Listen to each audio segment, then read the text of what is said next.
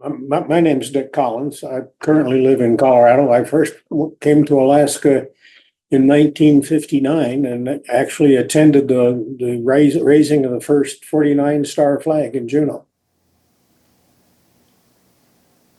I was working for the Bureau of Reclamation on a survey crew that was running surveys from Long and Crater Lake to Juneau, where they intended to build a hydro plant.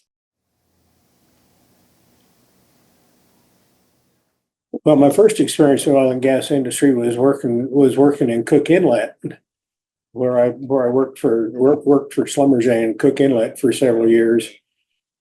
As far as the North Slope is concerned, my first experience there was logging what was called Susie Unit Number 1, which was the well that was drilled before the discovery well. I remember Susie Unit because we went up to it. First of all, my wife's name was Susie, so it was easy to remember the name. But I remember riding a C-47 from Anchorage to Sagwan, which is about 60 miles from Prudhoe. And this particular C-47 didn't have any lining inside at all. You were looking at the skin of the aircraft from inside, and the toilets were frozen and everything. It was a very cold ride. And you'd look at the skin of the aircraft, and there are all these little cracks. And at the end of each crack was a little hole drilled to relieve the pressure. But Susie Unit Number 1 was drilled. We logged it. It didn't have any. It had some shows, but it was not a candidate for completion. Well, that the oil companies moved that rig overland to the discovery well, and the discovery well was what I think was called Prudhoe Bay State Number 1. And at Prudhoe, I logged that well.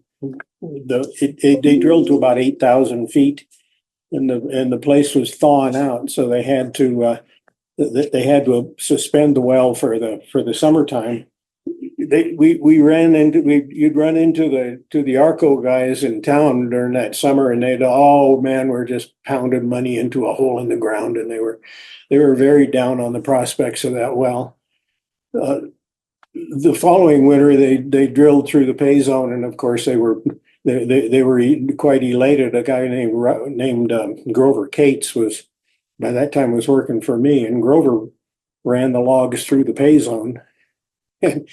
And at that time, Schlumberger was only getting into digitizing well logs. And so Grover ran all the logs, and the geologists at the site collected all the films and all the prints and everything. But they let Grover take the digital tapes back to Anchorage. So he got back to Anchorage, and he called me. He says, "Dick, you got to come see this." So we went down to the office, and we reconstructed the logs. And we were thinking, "Oh my God, have you ever seen that much oil sand anywhere?" And the answer was no. But about that time, ARCO figured out what they had done. Then a taxi cab full of geologists and engineers showed up, and they did collect all the films this time and the digital tapes. So that was for maybe a week. We knew of the existence of this horrendously big oil field that nobody else did, and the chances are, if we had any money to invest, we could have made a bunch of money. But I don't think I could have afforded a single share of ARCO stock at the time. Well, there's a couple of interesting things about that. The eventual lease sale that they had at Prudhoe, my wife and I sat in the Captain Cook and listened to them opening the bids, and it was apparent to us at that time that Alaska would never be the same. Give you an idea how much money was involved. I think the bids were $1 billion, but in order to bid, to submit a bid, you had to provide a check for 10% of your bid amount. So there were many people bid on these projects, and the state of Alaska chartered a 707 to take all those checks to New York and deposit them right away, because even a couple of days worth of interest on that would more than pay for the airplane trip. But it was very apparent at the time that the oil patch was never going to be the same in Alaska again. Well, I was a general, what's called a general field engineer. So I would go out and I would run wireline logs or perforate wells on the platforms in Cook Inlet. Same thing. There was the Swanson River field was in Kenai, and then there was another field on the other side of Cook Inlet. So we served those as well. In those days, we somehow became concerned about flying on a single engine airplanes, because occasionally single engine airplanes would disappear in Cook Inlet and never be seen again. So we talked the management into flying us on twins. The plane took off and got up to about 200 or 300 feet and lost an engine, and we Mayday, we made an emergency landing and I said, well, I thought planes would fly pretty well on one engine. He says, not a Widgeon. Widgeon has a longer glide path on one engine. so working on getting twins was not the best thing, but and of course Cook Inlet remained a pretty active place even during the Prudhoe days, but I suspect it's pretty much dead by now. Well, along the line, I got promoted and transferred to Houston, Texas, and I was oddly enough, I was the training director for Schlumberger for a couple of years, and I really wanted to go back to Alaska, and Schlumberger offered to send me to Egypt instead, but so I left Schlumberger and I went to graduate school for a couple of years, and at the end of grad school, I interviewed with a fellow named John Gingy, who's an HR guy for ARCO, and went to work for Alyeska originally down in Fluor's. Fluor had the engineering, procurement, and construction contract for the stations and the terminal. So we started out in Anaheim, and then we moved to Valdez. At the time, Valdez was a town of 400 people, and we must have hit the beach with at least that many people. And the grocery stores were empty. The drug stores were empty. It was quite a blow it took Valdez a while to get situated where they could support all of that. Eventually the Alyeska project, the terminal was the single biggest project on the pipeline. It was about a little over $1 billion, and the camp was 2,800 men. In fact, I think for one time we even had our own zip code. But it was, as you might imagine, a kind of crazy place. I was on the fire brigade, and we had a couple fires, not significant ones, but you get a fire report from the fire alarm system in one of the dormitories, and we'd go cranking up there with a fire truck and go and breaking into the room, and we'd find somebody smoking marijuana. It wound up marijuana would set a smoke detector free. So then as time went on, the word got out amongst the workers that don't smoke marijuana. So people would open the door to one of these rooms and they'd find a smoke detector with a baggie over it and a rubber band so that it wouldn't. So we wanted the smoke detectors to work, but it was on again, off again. I started out as a project engineer on tankage. The tankage contractor was Chicago Bridge and Iron. Wound up senior engineer, then one of the project managers on it. Well, there were 14 half-million-barrel tanks, crude oil tanks, and a number of smaller ones. The ballast water treatment area had three similar sized tanks, and then there were new. But Chicago Bridge and Iron did an outstanding job. One of the odd stories about that was I walked in the CB&I manager's office one time, and he was chuckling. He said he got a call from the Anchorage police, and they wondered if a guy, and he mentioned his name, could have come by $35,000 legitimately.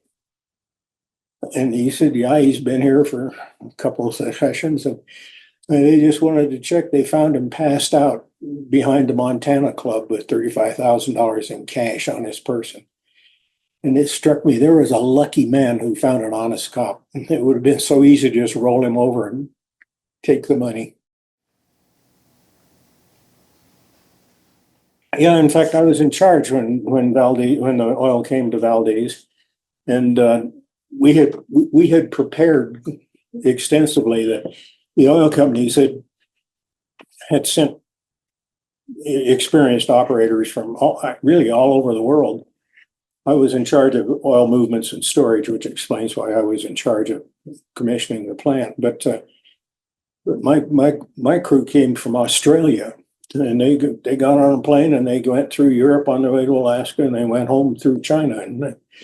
But Alyeska always had a little party for these people when they went home, and with my crew, they held the party instead of Alyeska. But there were two things of interest that happened during that. There were people called pig walkers, and the pigs actually had a noisemaker in it, so they could track it clunk clunk clunk clunk clunk going down the pipeline. There were two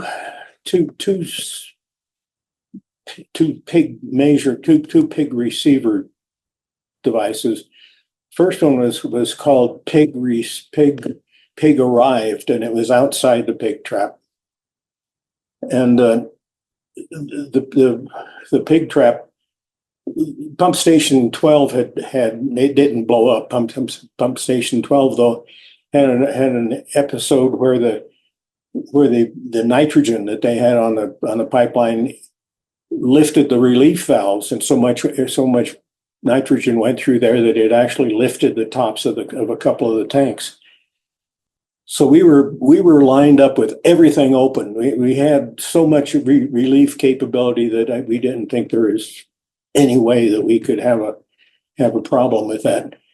But lo and behold, the pig received. Let's see, the pig arrived signal went off, and we didn't get the pig received signal. So after scratching our head for a while, we figured out that the reason was we had the line through the trap and around the trap both were open, so that we wanted all that relieving capability. So we pinched down on the bypass line, and the pig went into the trap, and that was significant. But one of the local newspapers had a pool for what time the pig would arrive. There was, as I recall, an 80-year-old blind woman who won it, and it was a big pool. I'm going to say in the hundreds of thousands of dollars.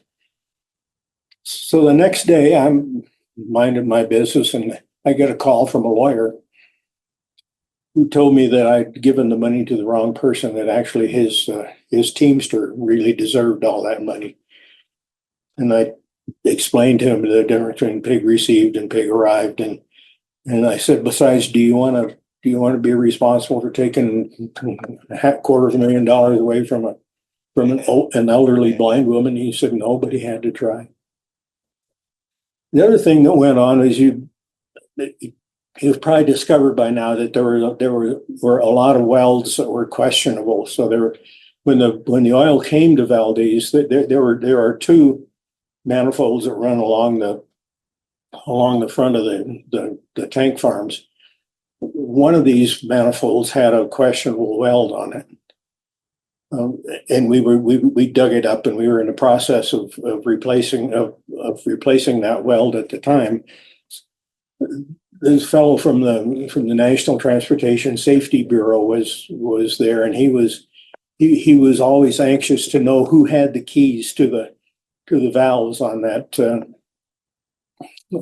manifold. And of course, I told him I did. But time went on. They finished that weld, and they X-rayed it, and it was approved. And so I put it into commission, and he was very upset that I commissioned that line, and I wound up apparently me telling him that I had every right to do that upset him, but he eventually had a nervous breakdown, and he appeared in court the next morning in a straitjacket. So I was accused of driving the poor guy crazy, which may have been true.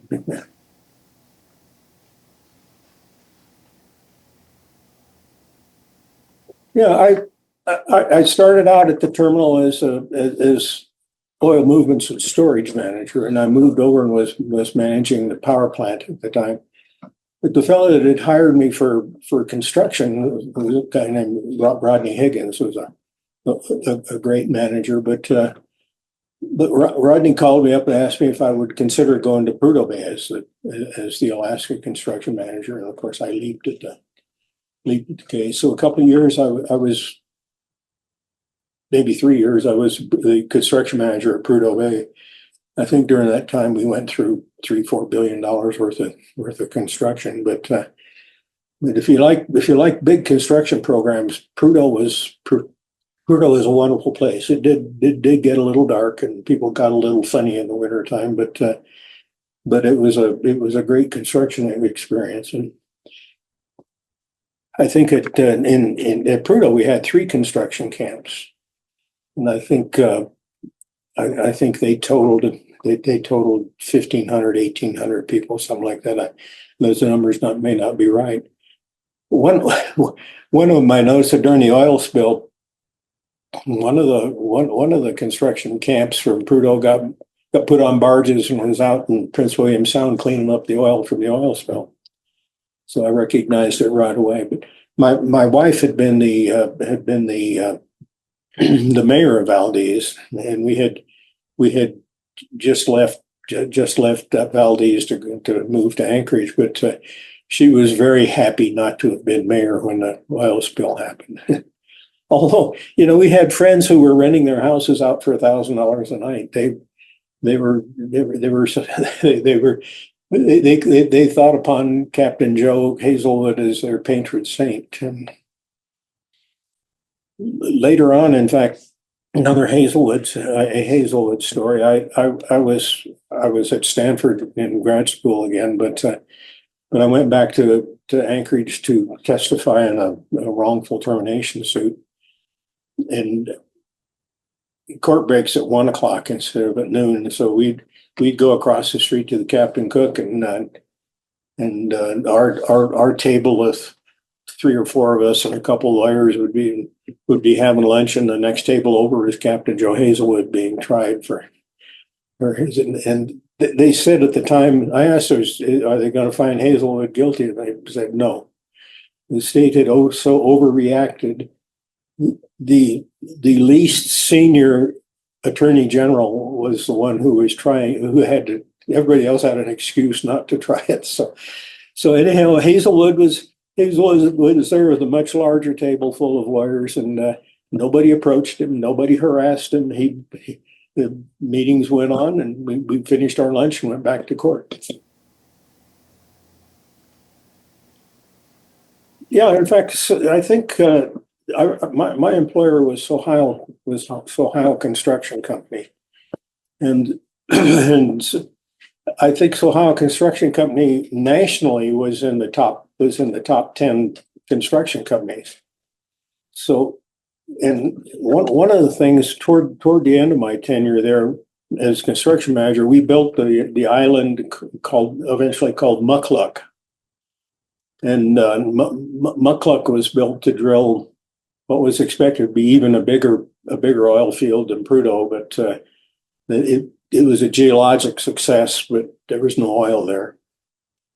But we built that we built that island, and the way you build an island in the Arctic Ocean, of course, is you anchor a barge there, and then you bring another barge over and you scrape the sand off of that until eventually an island emerges from the ocean.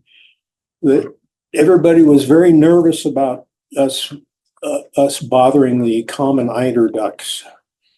So we had we couldn't even fly over Thetis Island where we took the sand. The people had to fly a certain route over Thetis Island. One time, a helicopter pilot didn't fly the appointed place, and they fired him. Then a North Slope native showed up for breakfast with a half a dozen common eider duck eggs, and so I get a call saying, what should we do with it? He says he's got an Aboriginal right to these eggs. So I asked, did he come in his Aboriginal canoe? And they said, no, he came on a helicopter. I said, fire him, But it was, and so Heil had, they decided their headquarters for that time was in Houston. And I was tapped to go down and explain what we were doing in Alaska. And I flew down there and they were going to run the whole company through a number of presentations. And so I went and got in the hotel. I got up the following morning and I got a copy of the Wall Street Journal, and the headline said that Mukluk was a dry hole. Oh my God. And so nobody, particularly not the president, was interested in talking to me at all. We did have all the presentations for the workers and whatnot, but when it was all over, I called his secretary and asked if I should come up, and she said, no, he tells you to go on home. So it was a very sad day. That was the most expensive dry hole ever drilled, I think.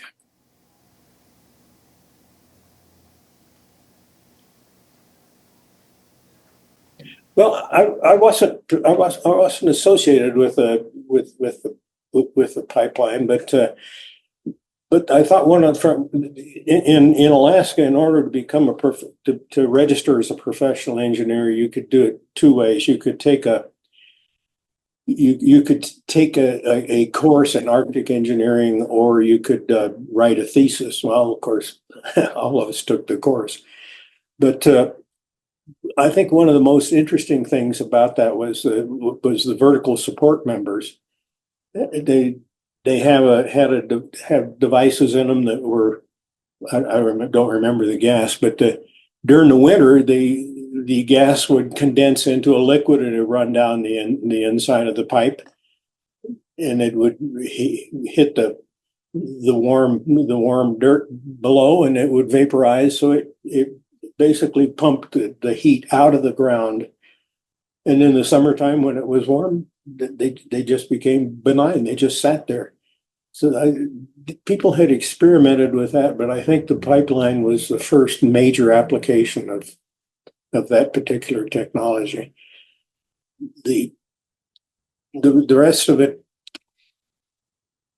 there were really two pipelines. There was the 48-inch line that went went all the way to Valdez. And then there was a smaller natural gas line that went up, I think, to pump station 3, perhaps pump station 4, that supplied natural gas to run the turbines that drove the pumps. So there really were two pipelines built, at least part of that. They flew in.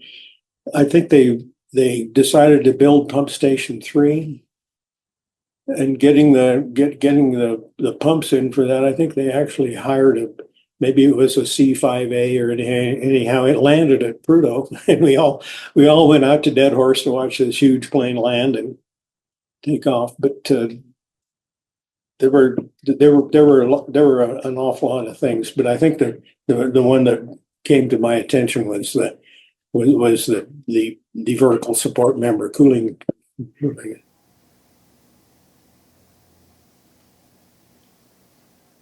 Well, I would say it's a vital resource. It's not, we have to become more intelligent about and actually try to figure out the way to phase out use of it where we can. But it's too important to the economy. You know, all the clothes you're wearing probably originally started out as crude oil and turned into nylon and plastics, and then into your dress. But it's hard to imagine modern medicine without the uses of all the plastics and things that we have there. Uh, Automobiles have gotten much more efficient. Even the gas, the internal combustion engine versions. So it's going to be a very long time, and the use of crude oil is never going to go away. We will still need plastics, even if we got rid of all the fuel. We would still need products made from crude oil. So how we do that responsibly is very important. But I think we're in I ran I built after the Alaska, I built a couple coal-fired power plants.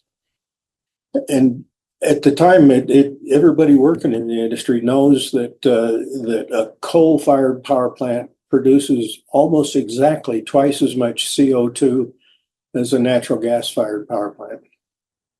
So I was always interested in how long it was going to take for people to decide that natural gas was a bad guy too, and it didn't take long. We now have all this information on the TV about how shouldn't cook with natural gas because it's putting bad stuff in the air. So we need to be more intelligent about our use of oil and gas in the future.